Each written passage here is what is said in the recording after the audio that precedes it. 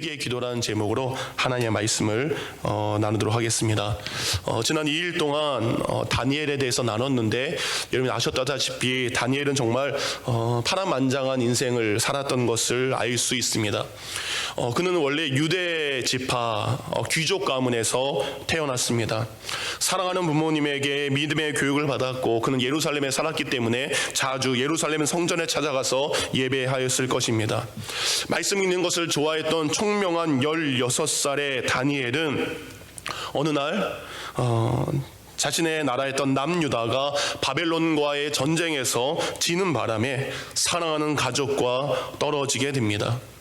16살의 다니엘은 그동안 배우고 사용하고 익혔던 그 모든 것으로부터 전혀 다른 문화와 전혀 다른 언어와 전혀 다른 종교, 이방신을 섬기는 그 나라에 포로로 끌려가게 됩니다. 포로로 끌려간 그를 기다리는 것은 무엇입니까? 이전에 남유다 예루살렘에서 배웠던 모든 교육, 종교 잘못된 것이다.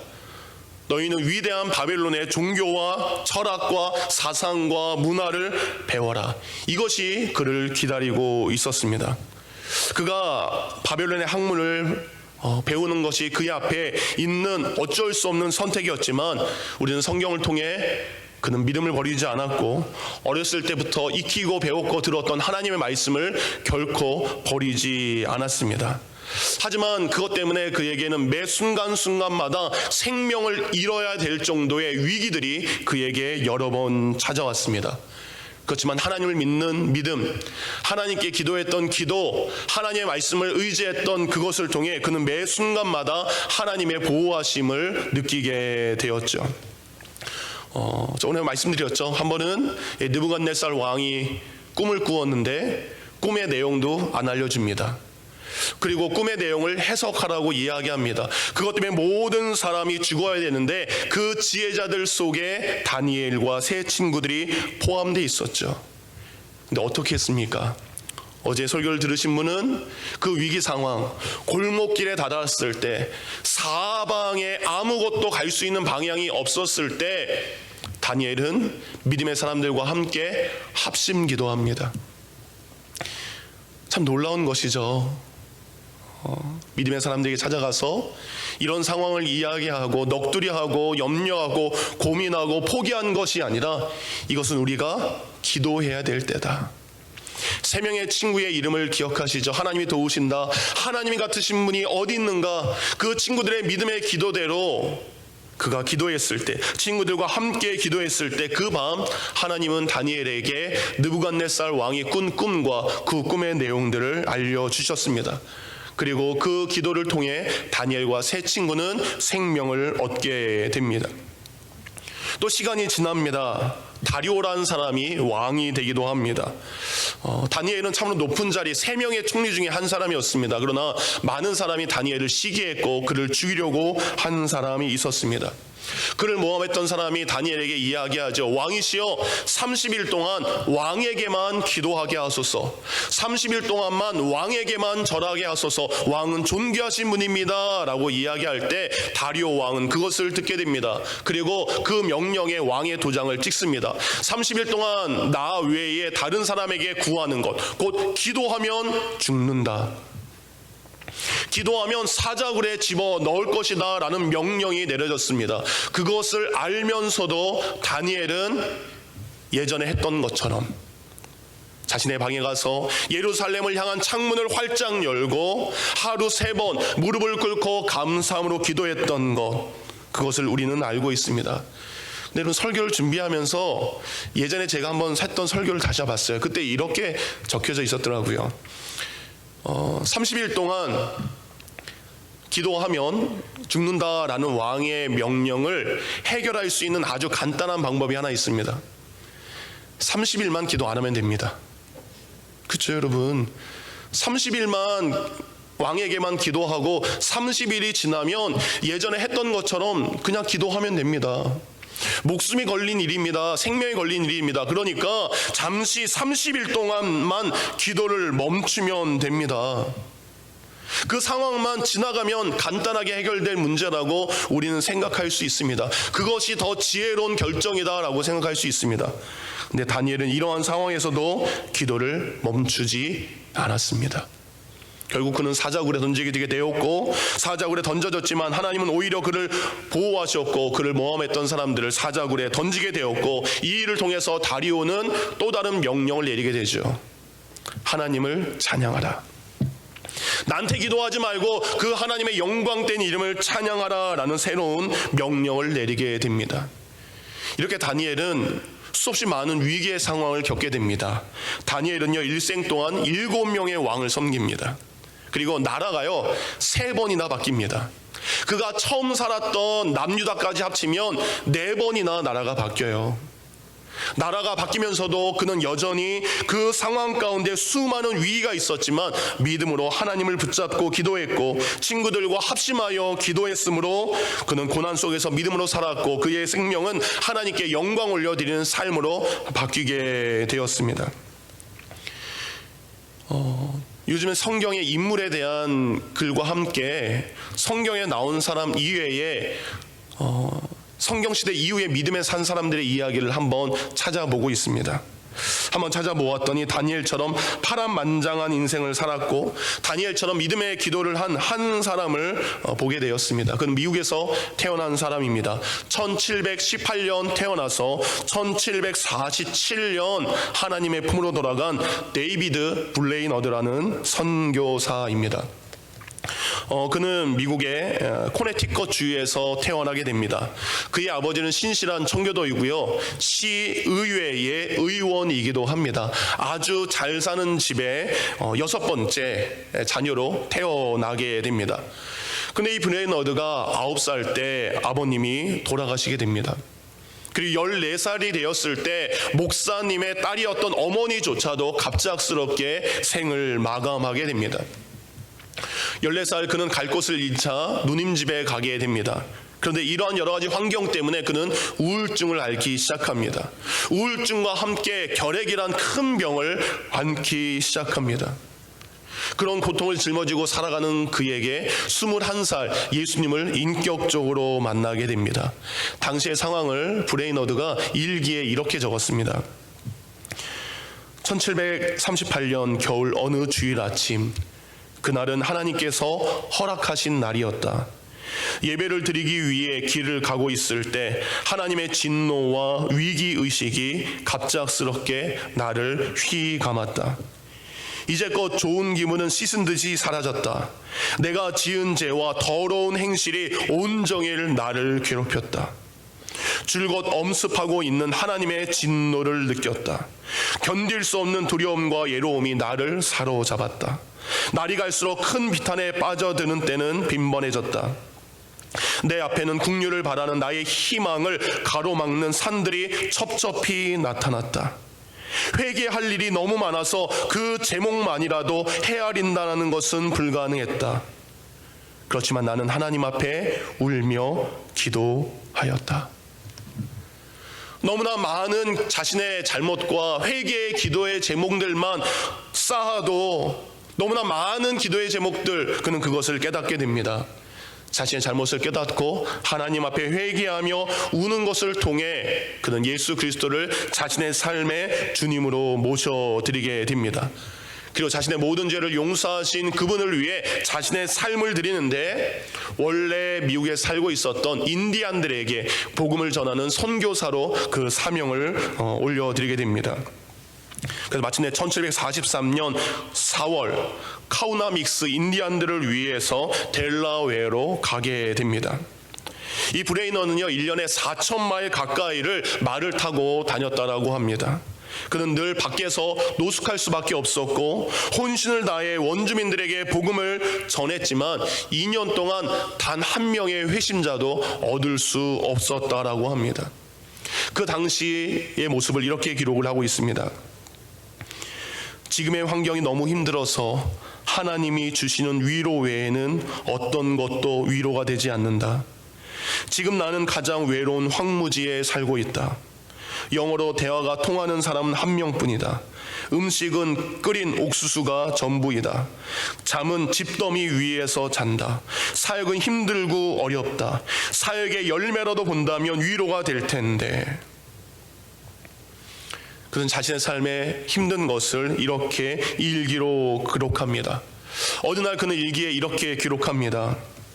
은밀히 기도하기 위한 나를 정했다. 내 눈을 열어 죄악을 보게 하시며 예수 그리스도께서 주시는 생명길을 열어달라고. 거의 온종일 하나님의 긍휼을 덧입기 위해 끊임없이 울부짖었다. 하나님께서는 그날 내 마음에 놀라운 깨달음을 기꺼이 허락하셨다. 나는 여지껏 내가 하는 모든 일에 선한 태도가 없었으며 그걸 의지하고 있었던 것을 깨닫게 되었다. 내가 하는 일에서 하나님의 영광을 드러내지 않았기 때문이다. 브레이너는 2년 동안 열심히 했습니다.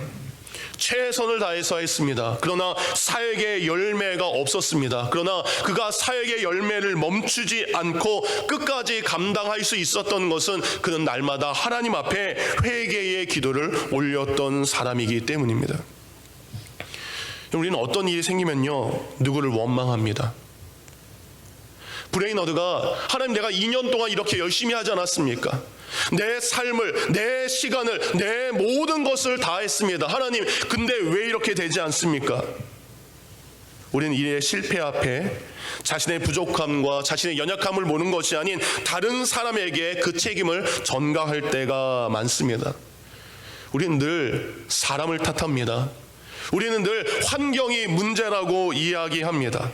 어느 일이 잘못되면 우리는 그 일을 통해 나를 돌아보는 것이 아니라 자신의 잘못을 전가할 사람이라든지 그 이유를 찾는 것이 우리의 모습이죠.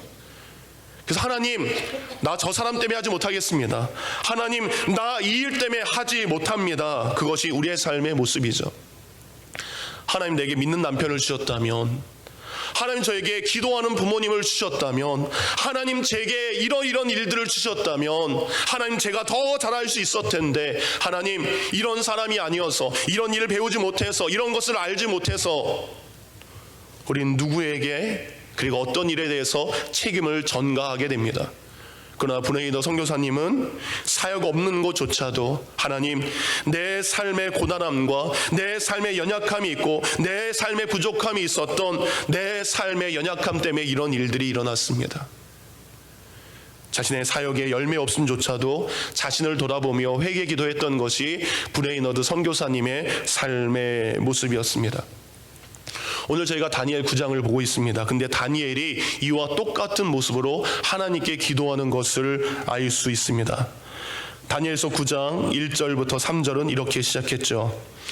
메대 족속 아하수에로의 아들 다리오가 갈대아 나라 왕으로 세움을 받은 첫 해, 곧 그 통치 원년에 나 다니엘이 책을 통해 여호와께서 말씀으로 선지자 예레미야에게 알려주신 그 연수를 깨달았나니 곧 예루살렘의 황폐함이 70년 만에 그치리라 하신 것이니라. 내가 금식하며 베옷을 입고 죄를 덮어쓰고 주 하나님께 기도하며 간구하기를 결심하고. 어느 날 다니엘이 성경을 보게 됩니다. 예레미야서였습니다.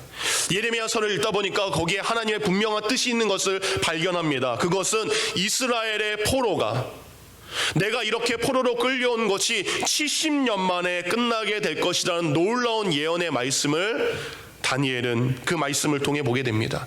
다니엘은 예레미야서 곳곳에 이제 포로 시대가 끝나고 70년 만에 하나님의 때가 회복된다는 것을 그는 읽게 됩니다. 예레미야 25장 11절을 읽었죠. 이 모든 땅이 폐허가 되어 놀랄 일이 될 것이며 이 민족들이 70년 동안 바벨론 왕을 섬기리라. 그 말씀에 이어서 예레미야 29장 10절입니다. 여호와께서 이와 같이 말씀하시느니라. 바벨론에서 70년이 차면 내가 너희를 돌보고 나의 선한 말을 너희에게 성취하여 너희를 이곳으로 돌아오게 하리라. 아멘. 그는 그 말씀을 발견하게 됩니다. 여러분, 다니엘이 포로로 끌려갔었을 때가 BC 605년 되었을 때입니다. 그리고 다니엘이 포로로 끌려갔을 때 그 첫 해라고 밝혔을 때가 BC 538년입니다. 그렇다면 다니엘이 예레미야의 말씀을 읽고 이 계시의 말씀대로 포로로 끌려온 지 68년이라는 시간이 지났을 때입니다. 예레미야의 예언대로라면 이제 해방의 시기가, 하나님의 백성들이 하나님의 땅으로 돌아갈 때가 얼마 남지 않다라는 것을 그는 말씀을 통해 알게 되었습니다. 다니엘은 이 예레미야의 예언의 말씀을 마음에 품게 됩니다. 지식으로 머리를 쌓아두는 것이 아니라 그 일이 이루어지기로 그는 기도하기를 결심하게 됩니다. 사랑하는 성도님, 첫째 날 이런 말씀을 드렸죠. 다니엘의 기도는 말씀 기도다. 기도의 제목을 자신이 찾은 것이 아닙니다. 우리는 기도의 제목을 내가 구합니다. 그러나 다니엘의 기도는 하나님이 말씀하신 그 말씀을 붙잡고 하는 것이 다니엘이 한 말씀 기도였다라는 거죠.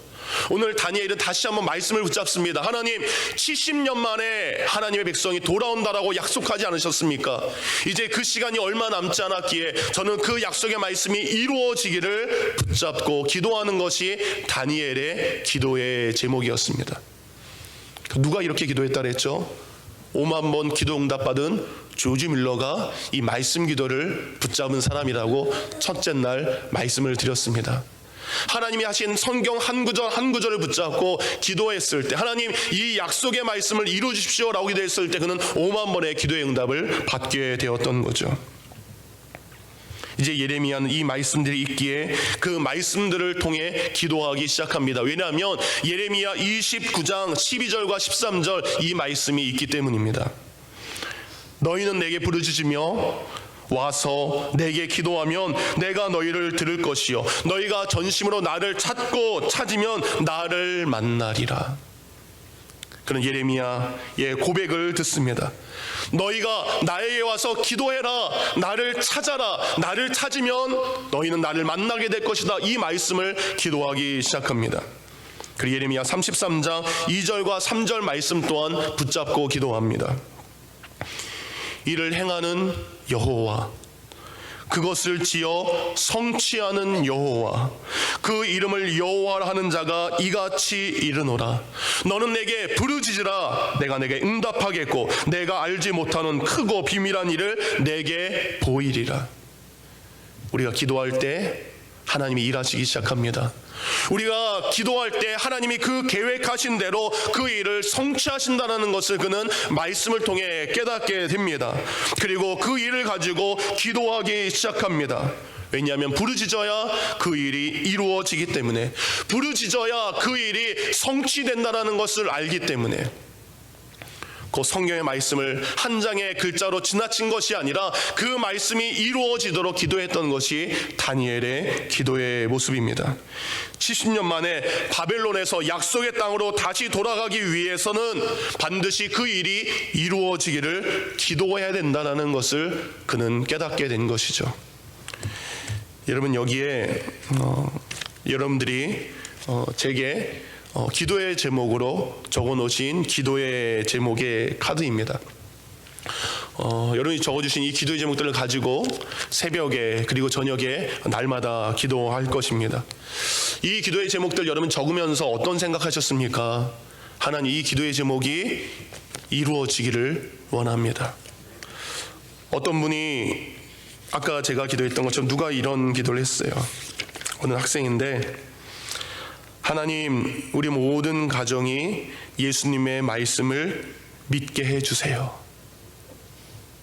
어느 남자아이가, 유스아이가 이 기도를 했더라고요. 저는 이 기도가 이루어질 줄 믿습니다. 그런데 이 믿음의 기도의 제목이 이루어지기 위해서 어떻게 해야 됩니까? 구하여야 할지니, 기도해야 할지니. 단순히 하나님, 제 마음에 이런 소원이 있습니다, 글자로 적는 것이 다가 아니라 그 말씀이, 그 기도의 제목이 이루어지기를 기도해야 된다는 것을 예레미야는 말씀하셨고, 다니엘은 그것에 말씀을 붙잡고 기도하기 시작한 것이죠. 여러분, 예레미야 36장 37절과 38절에 이렇게 말씀하고 있습니다. 먼저 38절은 이렇게 기록하고 있습니다. 제사드릴 양떼 곧 예루살렘에 정한 절기의 양떼같이 황폐한 성읍에 사람의 때로 채우리라. 그리한즉 그들이 나를 여호와인 줄 알리라 하셨느니라. 황폐한 예루살렘 성읍이 있습니다. 황폐해서 하나님 앞에 제사도 드릴 수 없습니다. 예배도 드릴 수 없습니다. 예배 드리는 사람이 없습니다. 그러나 이제 말씀하십니다. 아니다. 이제는 예배 드릴 사람들이 양떼와 같이 채워지게 하리라. 그래서 이 황폐한 성읍이 예배하는 사람들로 가득 차서 세상 사람들이 이 일을 행하신 분이 여호와인 줄을 내가 너로 하여금 알게 하리라. 이게 38절이에요. 근데 37절에 이렇게 기록을 하고 있습니다. 나 주 여호와가 말하노라. 그래도 이스라엘 족속이 이와 같이 자기들에게 이루어 주기를 내게 구하여야 할지라. 내가 그들의 인수로 양떼같이 많아지게 할 것이다. 성경 분명히 하나님 말씀하십니다. 내가 그렇게 할 것이다. 그렇게 사람의 때로 채워지게 될 것이다. 그래도 이와 같이 그러한 일들이 이루어지기를 이스라엘 백성이 내게 기도해야 그 기도를 통해 내가 그 일을 이루게 될 것이다. 사랑하는 성도님들, 그래도 기도해야 됩니다.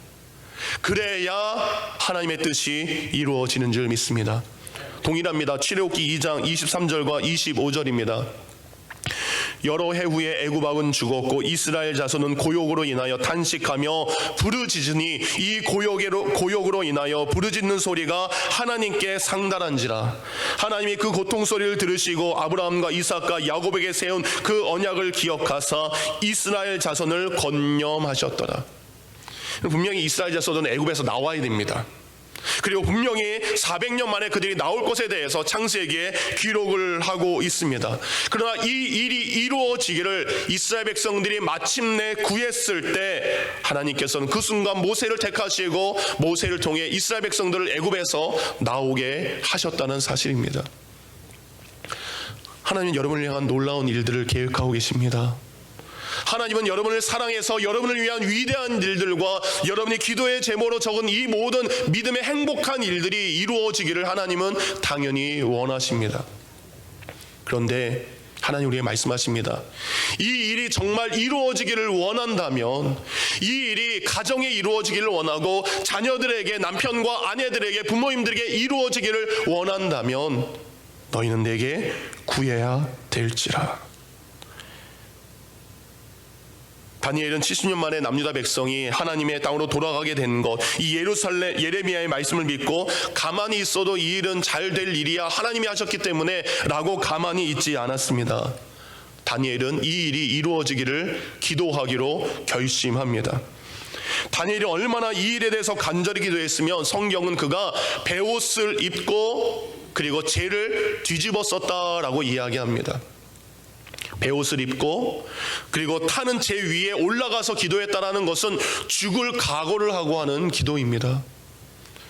하나님이 하나님의 백성 사랑하시니까 알아서 때 되면 복 내려주시겠지, 때 되면 은혜 내려주시겠지, 때 되면 회복하시겠지, 이것이 아닙니다. 그 놀라운 일들이 이루어지기를 간절히 기도하는데 죽을 정도의 각오를 하고 그 나중에 금식하며 그가 기도했다라고 이야기를 합니다. 그래서 오늘 본문 다니엘 9장 4절부터 19절까지의 내용은 다니엘이 하나님 앞에 했던 기도의 내용들을 그대로 적고 있습니다. 여러분, 근데 다니엘의 기도를 보면서 이런 생각이 들었습니다. 여러분, 다니엘이 평생토록 다른 나라의 포로로 살면서 수없이 죽을 일을 겪었던 그 일이 여러분 다니엘의 잘못이었나요? 다니엘이 잘못해서 이렇게 되는 건가요? 그러지 않았습니다. 다니엘은 겨우 10대 아이예요. 그 아이가 얼마나 잘못했기에 이런 일을 겪었겠습니까? 그의 잘못이 아닙니다. 힘이 없는 왕과 하나님을 떠난 백성들과 자식을 지키지 못하는 부모들과 불순종으로 하나님의 진노를 받았던 제사장들과 선지자들, 그들의 잘못으로 인해 16살의 어린 아이는 평생을 다른 나라에서 포로로 살면서 수많은 위기를 겪어야만 했습니다. 근데 그 기도 가운데 다니엘은 눈을 원망하지도 않습니다. 저 사람들 때문입니다, 저 사람의 잘못입니다 라고 이야기하지 않습니다. 그들의 잘못과 그들의 죄악을 자신의 가슴으로 품고 기도하는 것을 우리는 알 수 있습니다. 누가 회개해야 됩니까? 그 옛날 잘못했던 그 사람들이 회개해야 됩니다. 그 왕이, 그 신하들이, 그 백성들이, 그 제사장이, 그 믿음을 떠난 부모들이, 그들이 회개해야 됩니다. 근데 다니엘은 지금 그들의 잘못을 자신의 마음으로 품습니다. 그리고 그들의 잘못을 마치 자신의 잘못인 것처럼 하나님 앞에 기도하는 기도의 모습을 볼 수 있습니다. 다니엘 9장은요, 다니엘의 기도를 통해 하나님, 우리가 잘못했습니다, 내가 잘못했습니다, 그 죄의 고백으로 시작되는 것을 알 수 있습니다. 그래서 다니엘서를 읽다 보면 여러분 9장 5절부터 마지막 절까지 매 구절마다 나오는 단어가 있습니다. 5절입니다. 우리는 이미 범죄하여 패역하며 행악하며 반역하며 주의 법도와 규례를 떠났습니다. 6절, 우리가 또 주의 종 선지자의 말씀을 듣지 않았습니다. 7절, 수치는 우리 얼굴로 돌아오미. 8절, 주여 우리의 왕들과 우리의 고관들과 우리가 주께 범죄하였나이다. 9절, 우리가 주께 패역하였습니다. 10절, 우리가 우리 앞에 세우신 율법을 우리가 어겼습니다.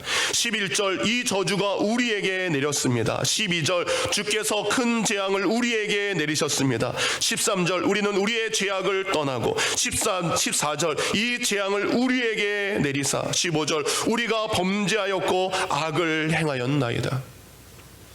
다니엘은 그들이 저 사람들이라고 기도하지 않습니다. 우리라고 기도하는 것은 그 우리 안에 다니엘 자신의 모습을 포함하여 기도하고 있는 것을 알 수 있습니다. 이 모습이 누구의 모습입니까? 우리 예수님의 모습 아닙니까? 예수님이 누구의 죄 때문에 이 땅에 내려오셨습니까? 우리 죄 때문에.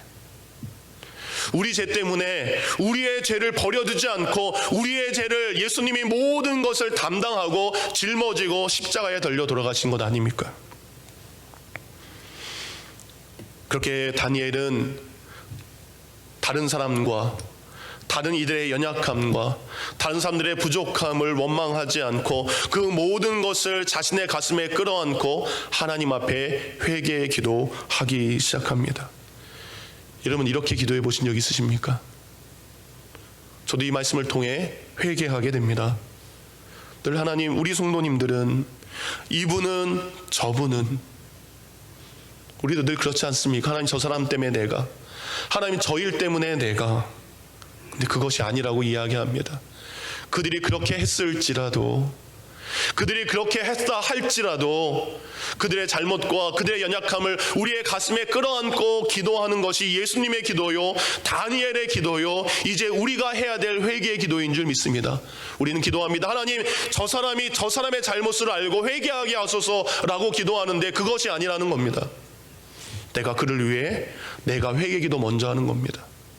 그 사람의 연약함을 끌어안고 그 사람의 죄를 우리가 대신 고백하는 것, 이것이 다니엘이 하나님 앞에 올려드렸던 그 기도의 제목들입니다. 다니엘은 하나님 앞에 회개 기도를 하는데 이렇게 고백하죠. 5절입니다. 주의 법도와 주의 규례를 떠난 것.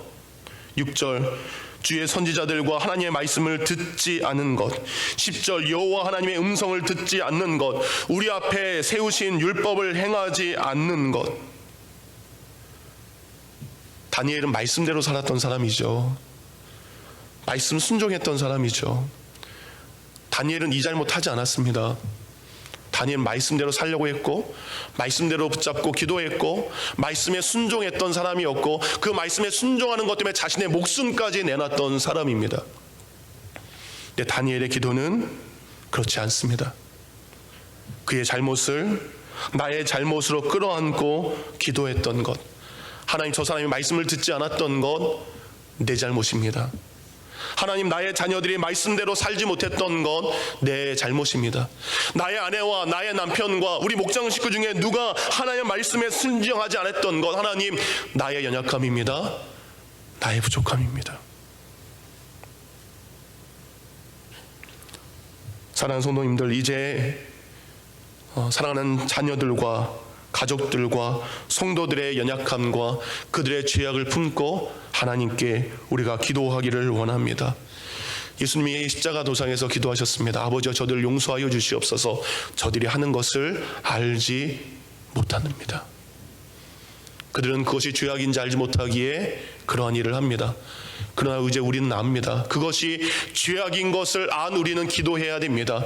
그것이 하나님의 말씀에 불순종인 것을 아는 우리는 기도해야 됩니다. 그것이 하나님의 뜻이 아니라는 것을 알면 우리가 기도해야 될 줄 믿습니다. 회개 기도는 그렇게 하나님의 말씀에 불순종하지 않은 것에 대해서 회개하며 고백하며 하나님의 긍휼과 하나님의 용서를 구하는 것이 다니엘의 회개의 기도였습니다. 9절입니다. 오직 긍휼과 용서는 우리 하나님께만 있습니다. 19절 이렇게 기도합니다. 주여 들으소서, 주여 용서하소서라고 기도합니다. 예수님이 십자가에서 우리의 모든 죄를 대신 하나님 앞에 자신의 피로 용서해달라고 했던 것처럼 다니엘은 자신은 믿음으로 살았지만 그럼에도 불구하고 믿음으로 살지 못했던 자신의 조상들과 믿음 없는 사람들의 그 모든 것을 가지고 하나님, 저 사람의 죄를 용서하여 주시옵소서라고 기도하는 것이 지금 다니엘의 기도의 모습입니다. 그렇다면 지금 우리가 기도해야 될 사람이 얼마나 많습니까? 우리가 기도의 제목으로 주님, 저 형제를, 저 자매를, 저 성도를 용서해 주십시오라고 기도해야 될 사람이 우리가 얼마나 많습니까? 처음에 말씀드렸던 브레이너드 선교사님, 2년 동안은 사역의 열매가 전혀 없었습니다. 그러나 그 순간마다 인디안들의 죄를 자신의 마음에 품고 기도하기 시작합니다. 그리고 인디안들을 수없이 죽인 이 땅을 점령한 사람들의 그 악한 마음을 품고 그들을 위해 기도하기 시작합니다. 하나님, 이들이 사람을 죽였습니다. 하나님, 그들이 악한 마음으로 하나님이 아닌 잘못된 신을 섬겼습니다. 그 모든 죄악을 품고 브레이너드는 2년 동안 열매가 없지만 회개의 기도로 하나님께 나아가기 시작합니다. 그리고 그가 그렇게 회개의 기도로 모든 사람들의 아픔을 가지고 하나님께 기도했을 때 마침내 2년이 지난 다음에 사역의 열매가 맺어지기 시작합니다. 그렇지만 그가 사역의 열매를 더 많이 거두기 전 그는 원래 몸이 너무나 약했기 때문에 그는 결국 병을 얻게 됩니다. 그리고 사역을 한 지 4년 만에 하나님의 품으로 29살의 나이로 돌아가게 됩니다. 그는 마지막 순간 조나단 에드워드 집에 머물게 됩니다. 그리고 조나단 에드워드 집에서 자신이 기록했던 그 일기, 믿음의 고백들을 그에게 건네게 됩니다. 그리고 조나단 에드워드는 브레이너드 선교사님의 일기를 모아서 책으로 내서 많은 사람들에게 읽게 하게 됩니다. 이 브레이너드 선교사님의 일기는 지금도 복음을 들고 선교에 나가는 선교사님들의 필독 도서가 됩니다. 브레이너드 선교사님의 일기는 영국의 존 웨슬리와 그리고 리빙스턴 선교사님, 그리고 독일의 슈바이처, 그리고 아프리카의 앤드류 머레이 같은 수많은 사람들에게 선교사로서 그곳에서 사역을 어떻게 해야 되는지 큰 감동을 주게 됩니다. 인디언들을 눈물로 품고 그리고 인디안들을 학살한 동족들을 마음에 품고 기도했던 그의 기도가 많은 사람들에게 아름다운 영향을 미치게 됩니다.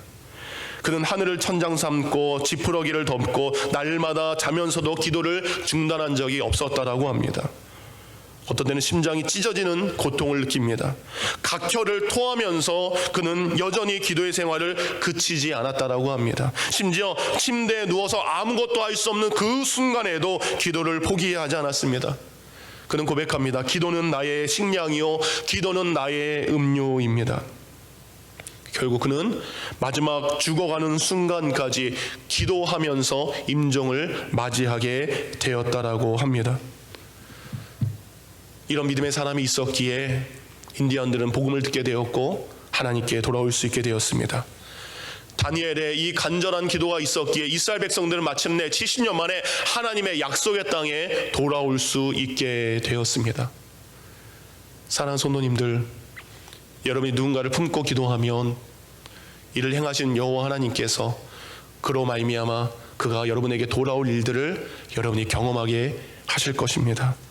여러분이 품었던 그 사람, 여러분이 그 사람의 죄악에 대해서 기도했던 그 사람, 그가 마침내 주님께 돌아오는 놀라운 역사가 일어나는 줄 믿습니다. 그러기에 미워하지 마시고 정죄하지 마시고 판단하지 마시고 그의 연약함을 나의 연약함으로 품고 그의 죄악을 나의 죄악으로 품고 기도할 수 있는 우리 모두가 되기를 원합니다. 그래서 다니엘의 회개의 기도가 이제는 우리의 기도가 되기를 주님의 이름으로 축원합니다. 이 시간 들은 말씀을 생각하며 기도하기를 원합니다.